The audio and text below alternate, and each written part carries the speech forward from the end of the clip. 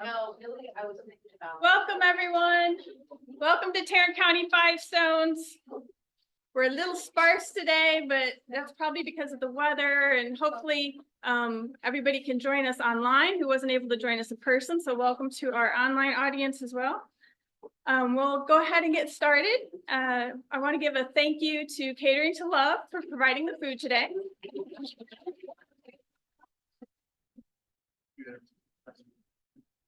And we have a spotlight agency.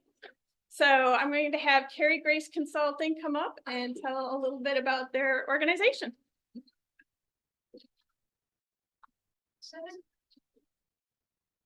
Hey, everybody. I know most of y'all already, but it's good to be back with you. I've missed some meetings this year, so I'm glad to be here today. So I wanted to give you a little bit of an overview of what we're doing at Carrie Grace Consulting. Most of you know us as we were Freedom Shield Foundation. We were running emergency housing in the DFW area for survivors of sex trafficking. And the beginning of this year, we pivoted into really focusing on three main areas. One is training. We are training others that want to get into this space, that really need that training and how to be an advocate for survivors. We're also training for individuals that want to start doing the emergency housing. Anyone that's worked in this space of aftercare, you know how much we need housing. We never have enough beds. And so it was a hard, grieving decision to lay down what we did have in order to hopefully multiply more houses across the US.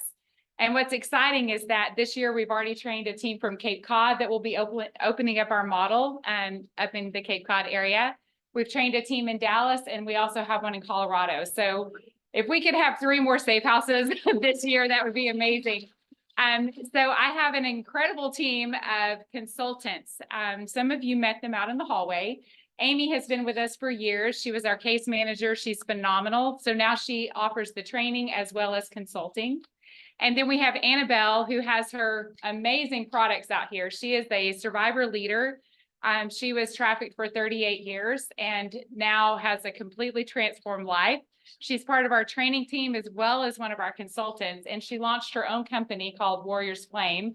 Her products are amazing. So you want to at least get the free samples and try her stuff. But she's a part of that team as well. So in addition to the training, we do offer consulting, and that is to help organizations that maybe you want to bring a vision about, but you've never been through the process of starting a nonprofit. I love to help people. I've been in nonprofit work since 1993, so a long, long time, and then in anti-trafficking since 2011. So we really do like to kind of hold your hand through the whole process if you need help in that way, as well as offering the team building aspect. This is something that we found to be crucial in our organization, is that the healthier the individuals, the healthier the team, the healthier the team, the healthier the care that we're providing for survivors. And so we love doing team building. We got to work with Homeland Security, their Victims Advocate program, the national team. We got to go and work with them this year, which was phenomenal, just to bring a little bit of, life and health into that team. But we would love to partner with you in any way. And that's how we're still supporting the anti-trafficking movement here in Tarrant County. And please look at the little flyer that you have in front of you, because there's a QR code there. And we're giving a 10% discount on all of our services to the people that are in this meeting. And that will go through the end of this year. So we would love to just come alongside you, but also give you a discount for just being a part of the Five Stones meeting. That's it. Thanks, Felicia.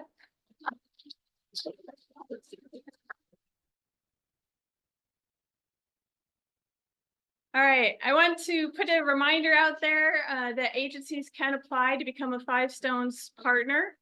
Some of the benefits: you do get spotlighted at some of our meetings. We also have a website where we will put your logo and link to your website. And it is also the initial requirement to then apply for a Five Stones grant. Not everyone gets accepted, of course. There is a vetting process, but there's no fee to apply to become a partner.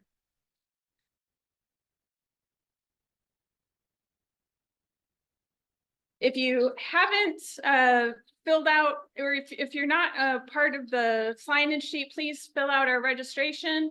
It's just using this QR code with your phone. You can pull it up. It's real short. It just helps us know who's attending the meeting. Also, we have an updated How Can I Help list. So for those of you who are wondering, what can I do? What are some specific steps that I can take? How can I volunteer? We do have a form down by the registration, which it's double-sided, gives you a whole bunch of ideas of how you can plug in. Do we have any other agency announcements today?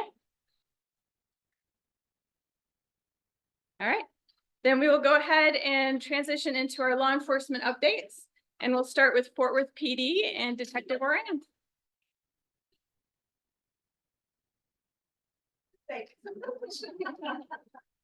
Good morning.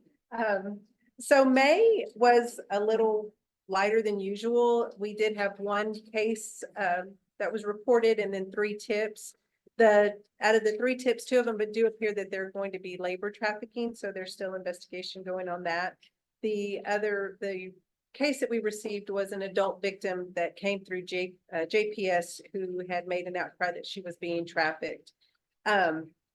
We do have a few big cases that we're working on right now. Unfortunately, we can't give you an update because they're either going to trial or still under investigation. So hopefully in another couple of months, we'll be able to give you some updates on what's happening with those.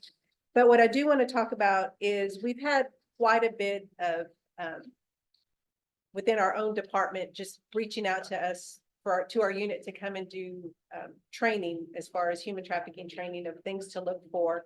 So we presented to our citizens on patrol a few weeks ago. We also had our citizens response team who will be presenting a human trafficking presentation to them next month in June. And then we also had our school resource unit who's also reached out that want us to come and present while they're out for the summer when they come in for their training. So just a lot of education going on. But the biggest thing, we also had our fire department that reached out. I believe it was sometime last year. And Officer Pfeiffer went and presented the human trafficking presentation to their command staff and their training unit, and presented it, I believe, for like a whole month to their fire department. And then just recently went and did a presentation for their rookies as well, because if you're depending on the call, fire department usually will come and make the scene with us depending on what the case is or what the call is. And then they also are, if they're there for a fire, sometimes they'll come out to do smoke alarm checks. And so they're able to get into people's residence. And so Officer Pfeiffer was able to give them some information on maybe things to look for once they're in the home. Gave them the maps of Fort Worth and where some of the calls that they went on that we ended up having some trafficking cases or information that had come through. So really just working together with the fire department. And her information was placed in their weekly PIO press recently. So all the fire department was able to get that information, and just moving forward, just kind of know the signs to look for. And then if they do have any questions, they know that they can contact our unit. So I guess really for the month of May, it's just more educating the community, the citizens, as well as our department, as well as fires. Thank you.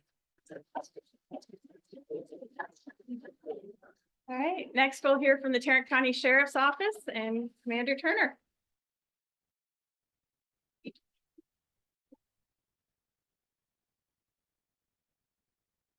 Good morning. Good morning. Yes, thank you.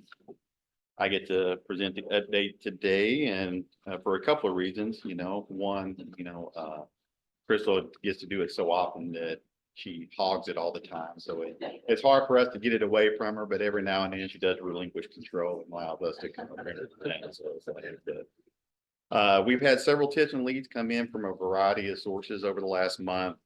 We've opened several new cases based off those tips and leads. Those include both human trafficking and internet facilitated crimes against children, excuse me.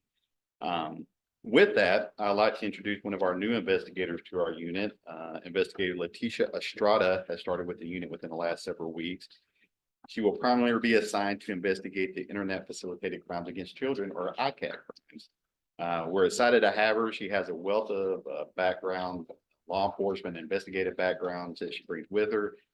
She's very passionate about this work, and we're excited for her to pick up this and really run with it. As y'all know, the Internet Facilitated Crimes Against Children is one of the biggest drivers for child sex trafficking, with the introduction of child sexual abuse materials and things of that nature. So really being able to focus some efforts on that, which I know most of the agencies, including Fort Worth PD, do as well, really helps us attack human trafficking from both ends. So she actually has an update on one of her older cases that we just got some information back on. So Letty, I'll let you come down and present that.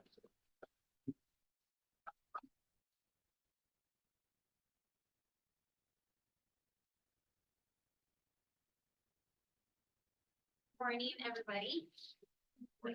Glad to join the team. Hello again. My name is Investigator Estrada. I came over here from the West Coast and brand new to this unit. Super excited to be here.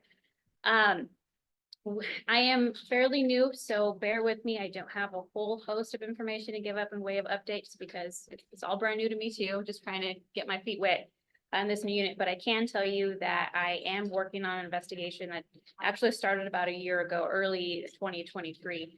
At that time, we were doing an investigation into peer-to-peer BitTorrent downloading and uploading. That ended up sending us down the road where we were able to locate the actual IP address that was responsible for uploading all this data. The investigation continued. We were able to seize multiple devices from this address. We just got our data back from the examiners, and it turns out we're looking about 4 terabytes worth of data confirmed to be child sex abuse material. So we're working on that one. Like I said, I just got it back and we're just ready to get on to moving on to the next steps with that investigation. So again, thanks for having me. I'm glad to be part of the team.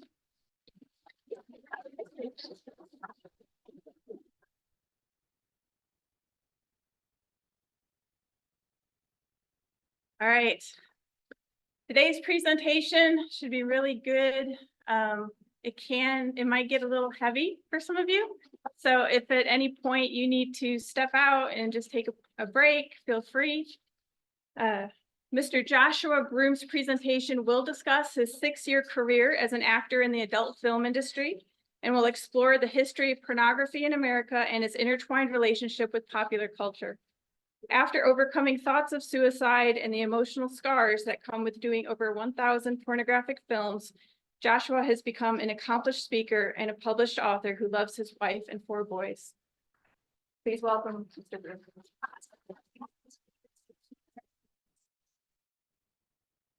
I just want to say, first and foremost, thank you so much for what each and every one of you do. It's such an important thing, and to be a dad in today's climate is, if I'm honest, terrifying. Having had the past that I've had, it's even more terrifying because we live in a reality where people want to take your worst moments and use them against you. And that's the danger of the coercion that happens online. We see, people being manipulated, people being coerced into doing something or saying something or sending something. And it's extortion, it's blackmail, and it ends up impacting the rest of their lives. But before we get to there, I just want to share with you kind of the overarching, like 30,000 foot view of my story, and then talk about what am I seeing today. So like Felicia was saying, I share my story, I write books, I preach in churches, and I just stepped into the executive director position of a nonprofit called Momentum. And we want to help people find purpose and find freedom from sexual brokenness. And that's very nuanced, and it's a lot of work, but I really believe if people can articulate their purpose, they can step away from the thing that is drawing them in the wrong direction. Jay Stringer has a lot of great research. He wrote a book, Unwanted, and he's a psychologist, minister, does great work, but he talks about how 70% of the time, if someone can't articulate their why, they'll step into doing things that they would have swore they would never do. But my story, it starts in a small town in South Carolina. Pageland, South Carolina, self-proclaimed watermelon capital of the world. In that little town, I grew up, which is not uncommon without a dad. My mom got pregnant at 15, had me at 16, and my dad was in that small town.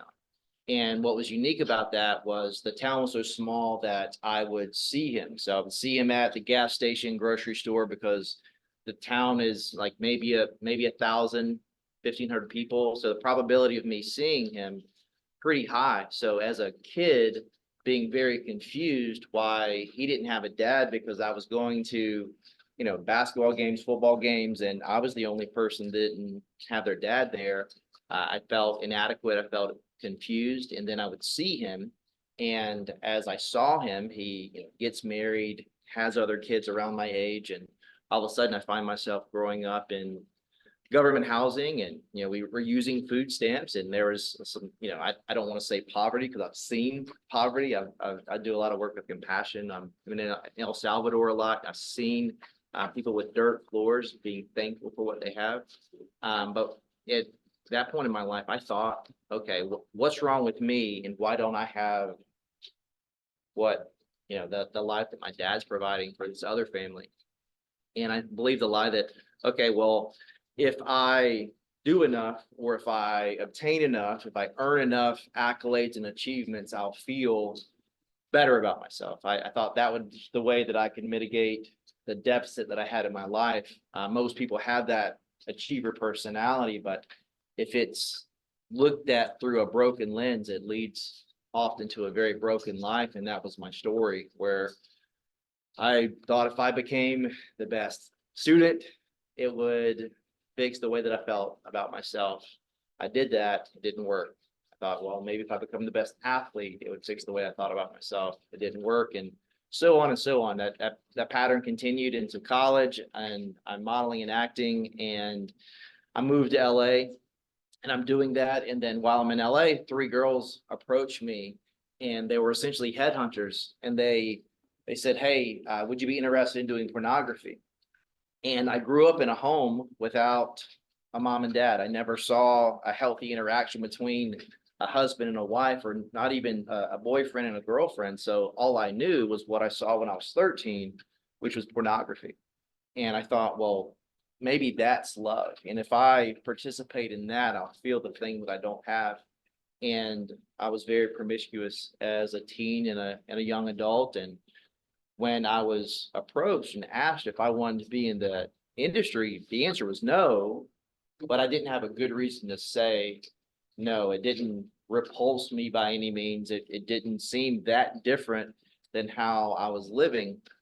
And then I go and I meet with their agent, and we live in a day and time where like the minimization of really heavy detrimental things that hurt families, children, women, men. When we change language to minimize how we feel about what we're saying, it minimizes how detrimental it actually is. And when in this point in my life, I'm modeling and acting, and these women say, well, you're gonna meet with our agent, and we're gonna have this meeting at this studio. And it sounded familiar to me acting and modeling, so I didn't think too much about it. And I met with this guy, and the first 3 questions he asked me, he asked me, how did I grow up? What was my family dynamic like? And, pretty strange question in retrospect, but I didn't know any better. And I said, I grew up pretty much just me and my mom. And then he said, well, what are you doing in LA? And I'm like, well, trying to be in this creative space. And then what are you hoping to accomplish? And I said, I guess I want to be famous. And he said, great, I can make sure that you're famous, you'll make, all this money, you'll do X, Y, and Z. And he didn't tell one lie, but the way in which he promised me to get these things were very different than the life that I was actually pursuing. And I do one film, and that film, it blows up my life. I didn't count the cost. So I thought, okay, well, if I do this, what's going to be the big deal? And I do a film. And so this is 2006, a very different world. So I do a film and it somewhat goes viral, and anyone that's from a small town can resonate with, it only takes one person to know one thing about your life for everyone to know everything about your life. And my mom, through the grapevine, hears about this and she asked me, it's like, did you do this? Are you doing this? And I said, yes. And I hurt the only person that never hurt me. Like, we grew up in a very, she was with, different guys for certain periods, but they were abusive, on drugs. And she was the only person that never let me down. She was the only person that never hurt me. And all of a sudden I found myself hurting her. And then right after that, I get a phone call from the mainstream agent that was representing me and saying, hey, again, this is 2006, very different world, saying, hey, your likeness can't be associated with this, so we can't represent you anymore. So I believed that, okay, I blew it, and this is the only thing that I can do. And in that industry, when you're in that industry, there's the whole environment that you're in. The directors are telling you, you're making these passive aggressive jokes, saying, well, you might as well, do more. You might as well do this, like whatever is on your no list. So like men and women have a no list, and it's like, these are things that I don't want to do. These are people I don't want to do it with. And it becomes almost something that adds value to you if you would do it. And it's just this entire like coercive, manipulative environment that you're in. And you just become used to that. And you really believe that your no doesn't have any validity. And you say yes to everything because you think selling yourself for sex is the only thing that you can say yes to. So I have to say yes to that, because if I say no to it, then what can I actually say yes to? So you adapt to being manipulated and coerced, but it just becomes normative to you. And I ended up in that industry for 6 years, and I saw a lot of brutal things. And again, I'm just going to be transparent because I think that's what we're here for. There were multiple organizations that had barely legal sites, and girls would show up on their 18th birthday, and I would never think anything about it. And they would be there, and they would be celebrating the fact that they were there and they were doing their first film and all this stuff. And I never thought, well, how did the girl get there? Like, today is her 18th birthday. What happened to get her there? And again, so this is 2006, 2007. So what was happening was there were Craigslist postings saying, hey, this is modeling. A girl would show up, and the photographer would start taking photos, and then, hey, take this off, do this. And then when the girl would get uncomfortable and say, I don't want to keep going, the photographer would say, well, you've already signed this release when you got here, so I'm going to use these photographs regardless of what you do or say. And because I'm going to post them, your life is ruined. Like, no one's going to want you, no one's going to date you, no one's going to hire you. So either you continue going and do what I say, or I'm not going to pay you and I'm going to use it anyway. Your choice. So 99% of the time, the girl continues going and does what she doesn't want to do. And that's how that person got in front of me. And how most of the women who are in the industry that would say, I love my job, I love what I do, I'm made for this, I love every aspect about pornography. And the same person that I was dating while I was in the industry was saying that. And we were in a relationship, and we're going to dinner with people who are also in the industry, and you have to suppress reality to feel some type of normative. You have to suppress reality just to, just for your mental health, even though your mental health is dissipating at the time, you don't realize it because you're just trying your best to adapt to the reality that you're in.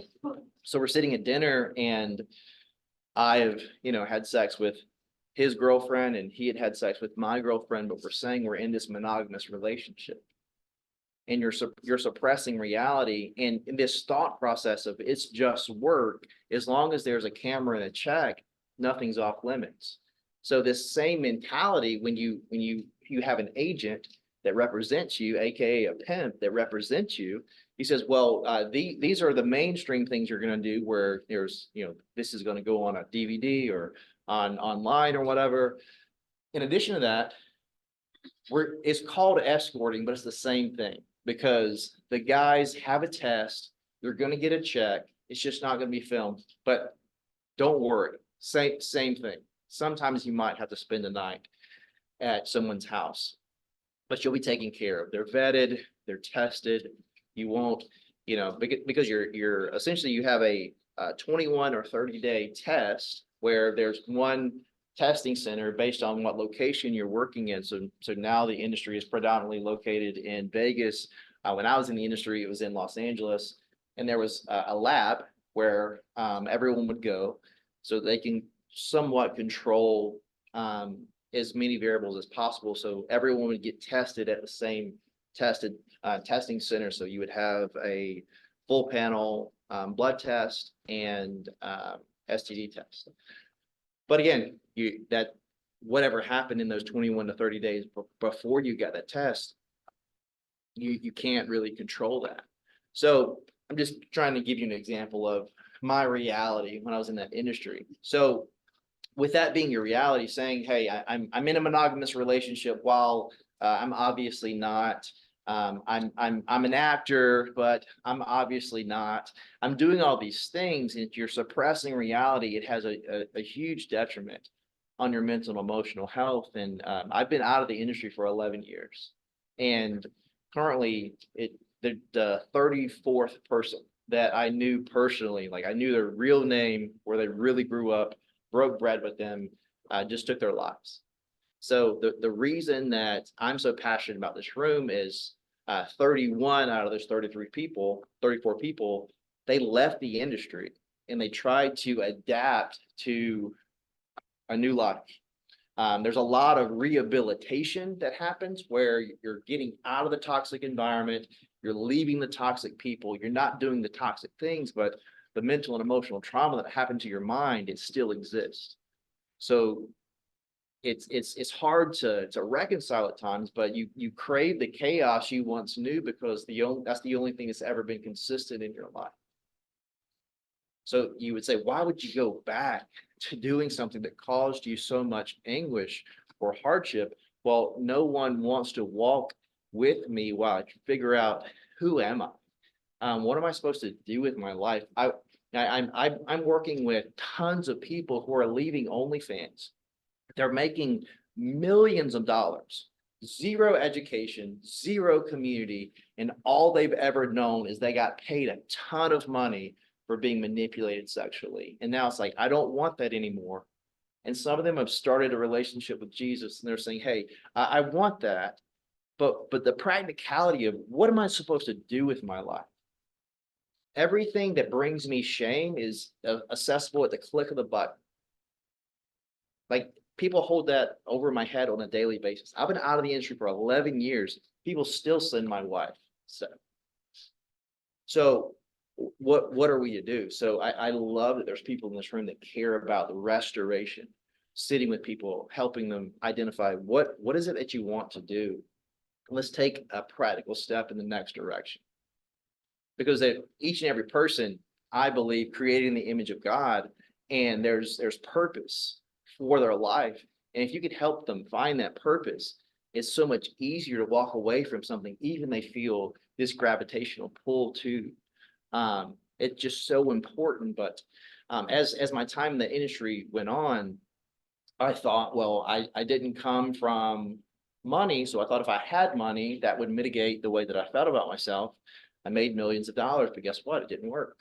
I thought, well, if I won awards and accolades, well, maybe that would mitigate the way that I felt about myself. I felt unwanted because my dad didn't want me, and I felt rejected because the reality that I carry this scarlet letter where no matter what I do, people point to what I did. So I thought that must be who I am.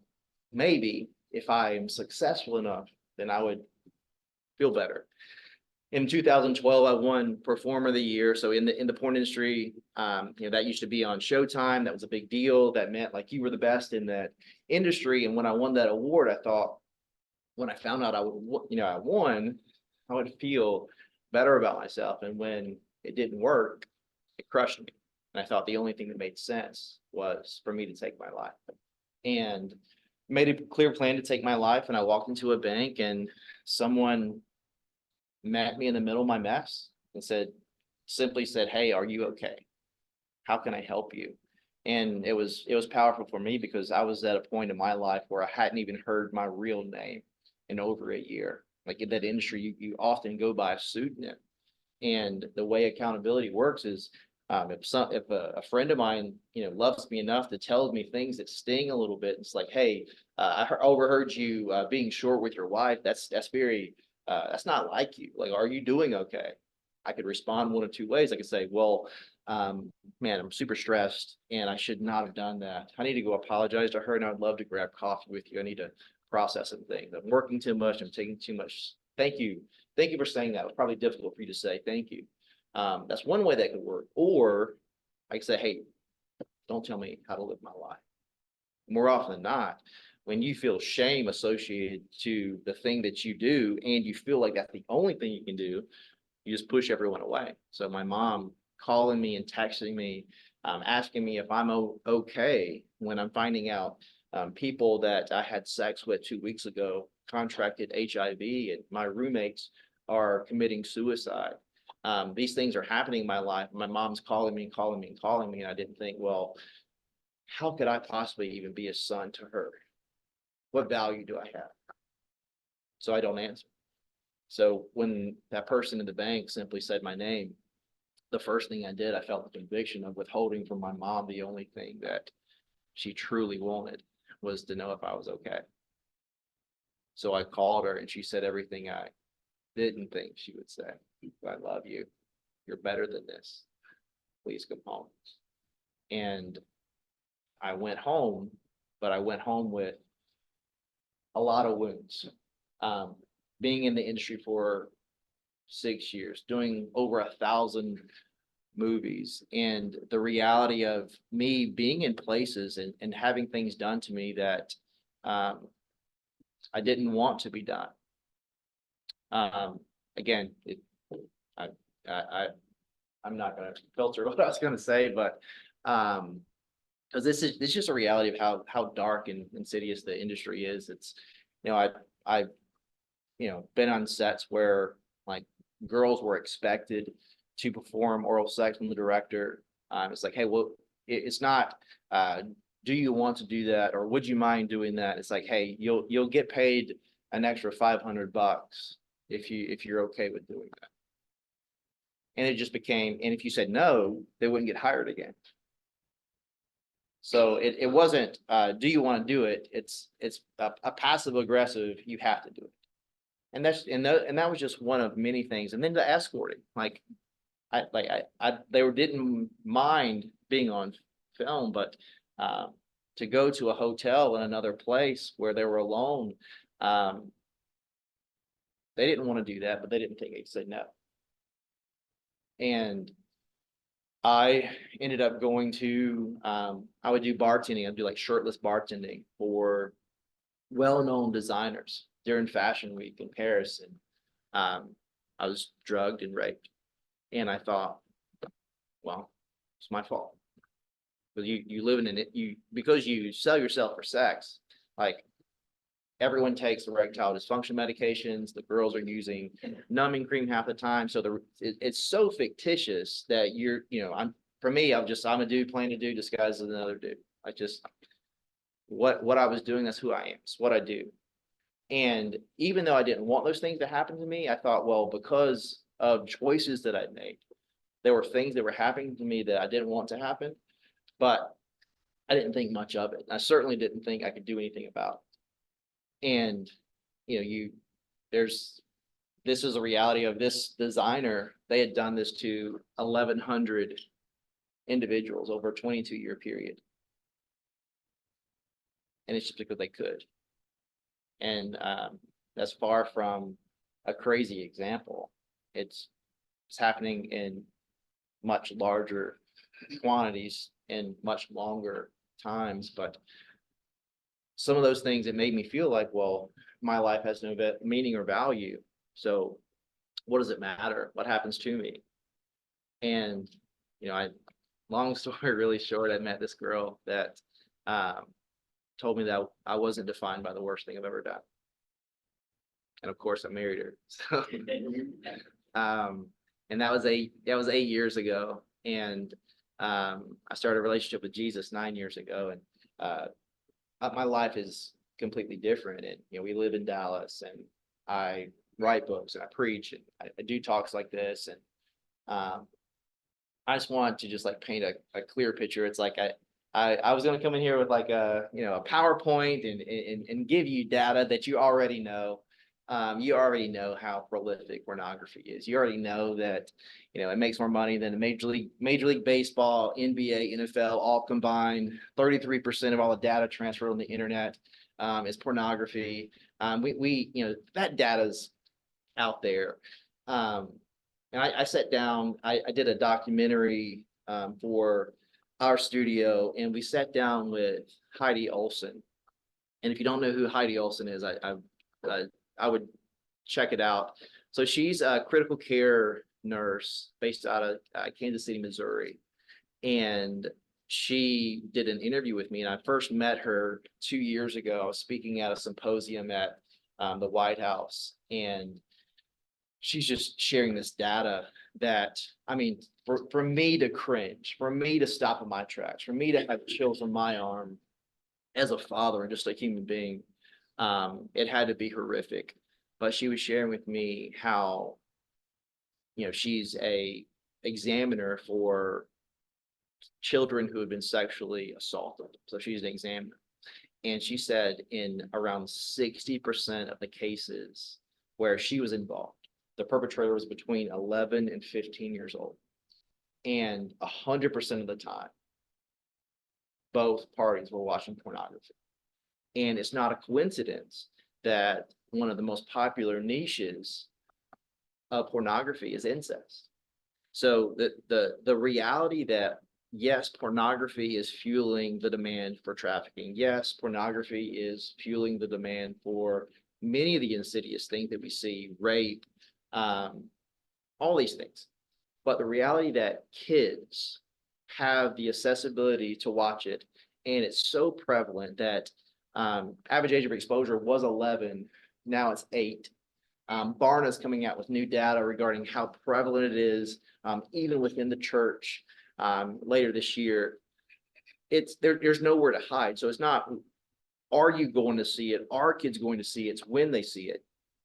So the reality that there's kids watching this stuff and they're raping their siblings, and they point directly to, they saw it on porn.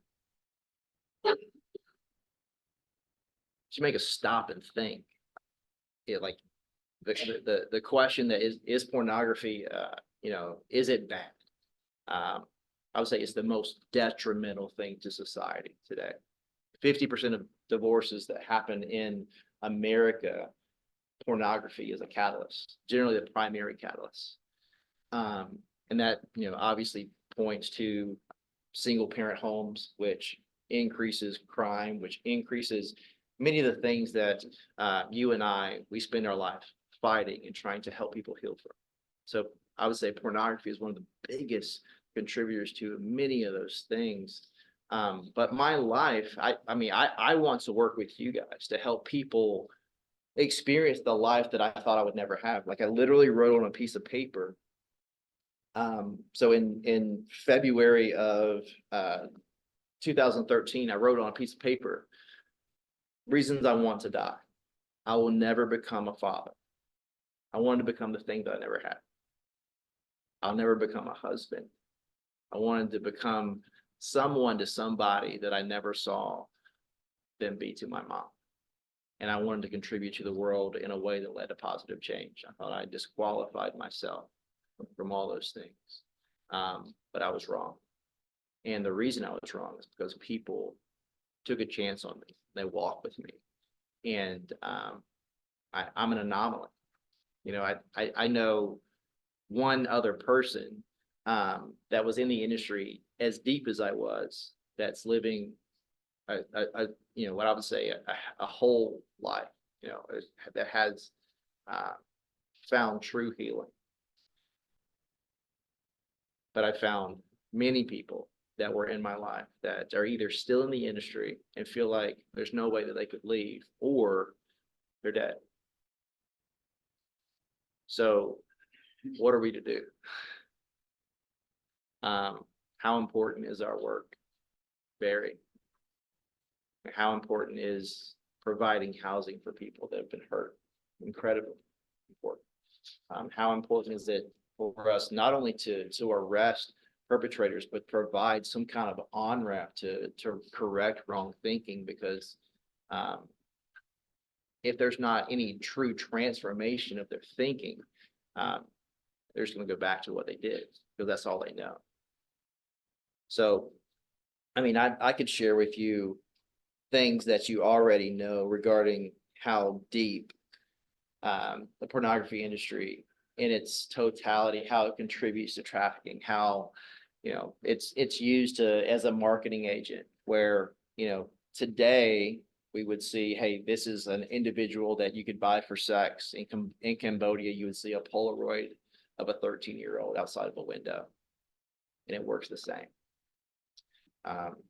Pornography, it's so normative, it's so prevalent. You show it to kids. That's the way that a lot of the perpetrators first engage with kids. They show it to them and say, hey, this is normative. That's what happened to me.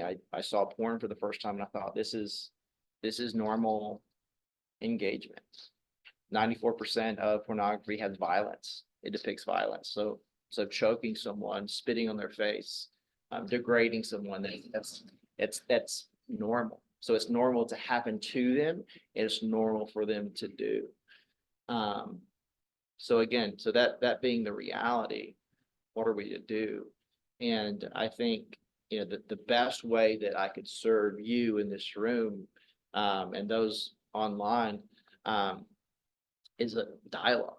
It's like, I would love, you know, I could tell you questions that people generally ask me, but I think me essentially pulling back the veil of truly what happens, not only in the mainstream pornography, but the, you know, everything attached to it, because I wasn't just in one aspect. I was being trafficked. I was being, you know, I was doing escorting. I was raped, beaten, you know, urinated on, and made to believe that it's just, you know, that's part of the W-9 that you filled out. You're an independent contractor, and whatever you signed up for, that's what you should expect to get. And the reality of the porn industry, you film consent prior to it happening. So for clarity, I would agree to, hey, my name is, you know, my legal name is Joshua Broome, and I agree with everything that happened today. You do that before it happens. And they frame it through, it's like, for the girls, it's like, hey, your mascara and your makeup will be messed up, so we'll just do it now. That way, we already have it. We won't have to do it after the fact. And you can get out of here right after, and make sure you get your check and you're out of here. So you agree to what has not yet happened. So you've already agreed to anything that could happen. And that's not a one-off. I did 1,000 films. That happened every time. So I would just say, however I could serve you, whatever questions that you might have, I would love to spend whatever time we have left just answering your questions, or if there's something that you could help me, or you feel like I should know, super helpful. I have a question for you. Yeah, let's hear it. So I'm a mother of a huge child. It's been a number of years now. We are well beyond it, but the course of pain and trauma still comes. Yeah. Okay, right. And thank you for your courage. It takes a lot of courage. Right? The first few years, I think, were the hardest. And I heard you talk about that someone reached out to you. How did you get past those first few years? I know with my daughter, it's a struggle, even going to get hired at a fast food restaurant. Yeah. And they ask about, well, what's your work history? You know, Right. that kind of thing. Yeah.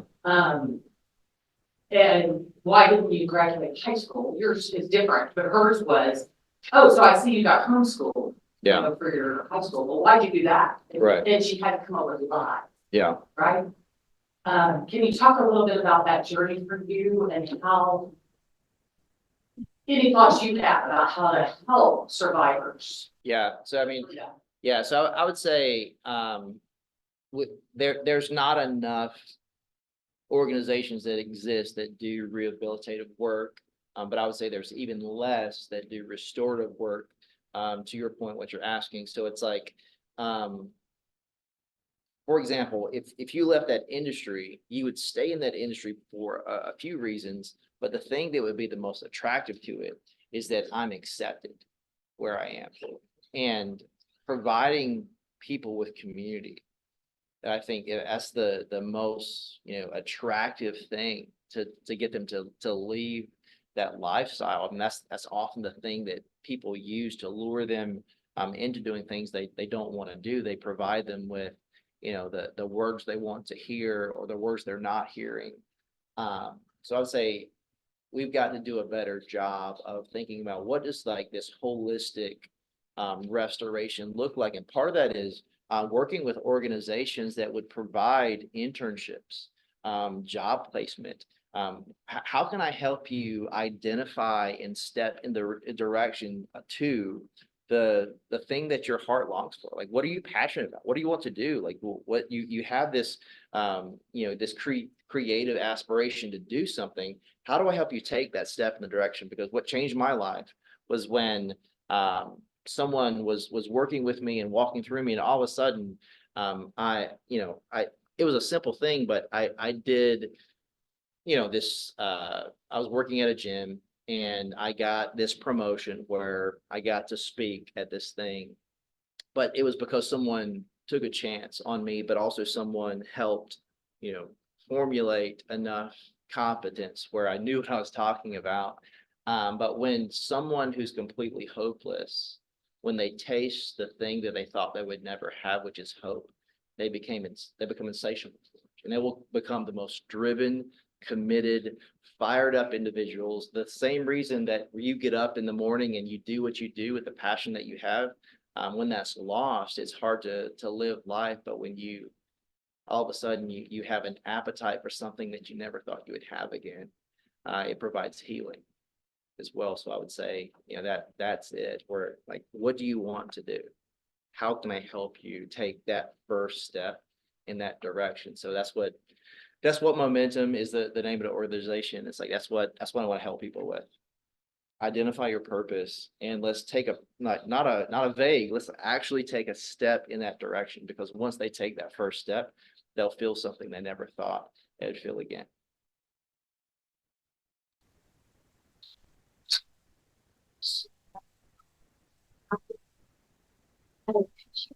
To the great confidence that porn and sex were liberating and even the playfield for women who did not talk about. How this allows women to choose how to make significant money in their participation in the industry. It is the ultimate exercise of choice. After the street living information use organizations. Yeah, I mean, I think it's, it's minimizing their human existence to say there's some, subsidiary like form of people that their greatest worth is to sell themselves for sex. That's just a blatant lie. That no one was created to be sold for sex. That's just a lie. Like, each and every person has human dignity and intrinsic value. And the fact that that is the greatest thing that they can offer is a lie. And it's a lie that has both been bought by society and it's been, believed in by maybe that individual, and it's believed like, well, the only thing that I can do is this. So the only thing that I can say, because I would be a hypocrite if I said the rather. And it's like, where they're, most of those, news organizations, I mean, there's videos of me saying, I love my job. I mean, you saw a PGA golfer at 30 years old that won 2 tournaments take his life last week. It's easy to put on a face when you feel like that's the only thing that you can do. And we live in, especially in the West, we live in a society where mental health is decreasing because there's this belief system that I have to pretend like I'm okay when I'm not. So I would just reject that as a lie and say, people, there's no person that their worth or their greatest measure is to sell themselves for sex. That's just a blatant lie. Talk about it.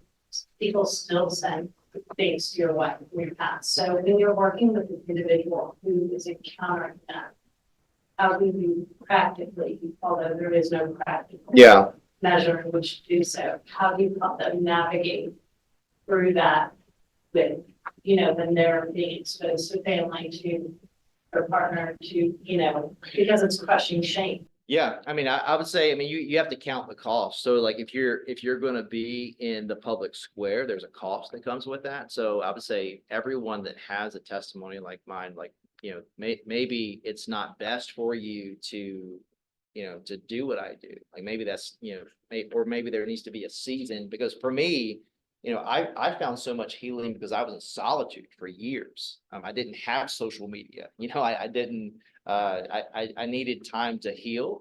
And what's true though, at the same time, like when you get in the right circles, either your past owns you or you own it. And when you get in a place where like you can't say anything about, like no one can say anything about me that's gonna be offensive to me, because everything that you might say has already came out of my mouth. So you can't hold anything over my head because your opinion doesn't have more weight than my own. And also, I mean, there needs to be this as you heal, what often is like the huge like deficit is this emotional intelligence, where I need to like truly heal and I need to understand, because when you come out of that industry, it's all about strangers' opinions about you and people telling you who you are and what you should do. The reality is, each and every person, I have to grant an individual any kind of authority over my emotion. But that's true, but you have to grow into that healing and that maturity before you get to a place there. So I'll just say, hey, maybe there's a season that you need to not be on social media, or you have a phantom account where you just consume but you don't participate. So I think that's good for everybody. Like everyone needs to take a break from social media. So.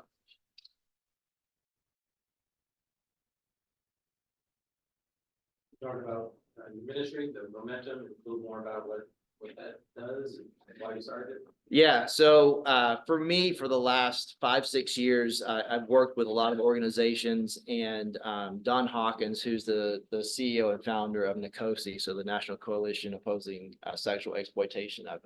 I've been able to advocate for legislation with her, really go to battle with her, and really learn a lot from her, and just see the beauty of what legislation can do. We saw, the fruit of that, where, the great state of Texas, like implemented that age verification, and Pornhub didn't adhere to it, and they sued and lost. So praise God for that, and I think it's just a reality that, like, is age verification legislation going to be perfect? No. But did it significantly minimize how many people were consuming pornography? Yes.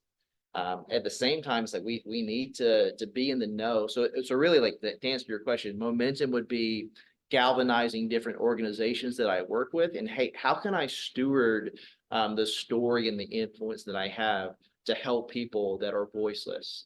How can I help create and contribute to more restoration efforts? How can I speak into men's lives that they believe that, well, because I make X amount of money, or I fall into some criteria that's associated with my socioeconomic status, why can I say that pornography is not detrimental to me? Just to paint that clear picture, but really helping people find purpose and find freedom from the brokenness that's attached to sexual sin.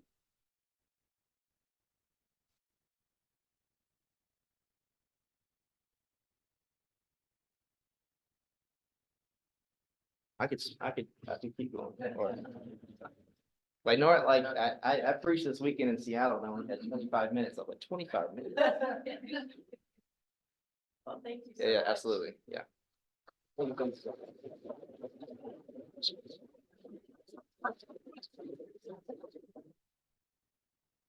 That was an amazing testimony.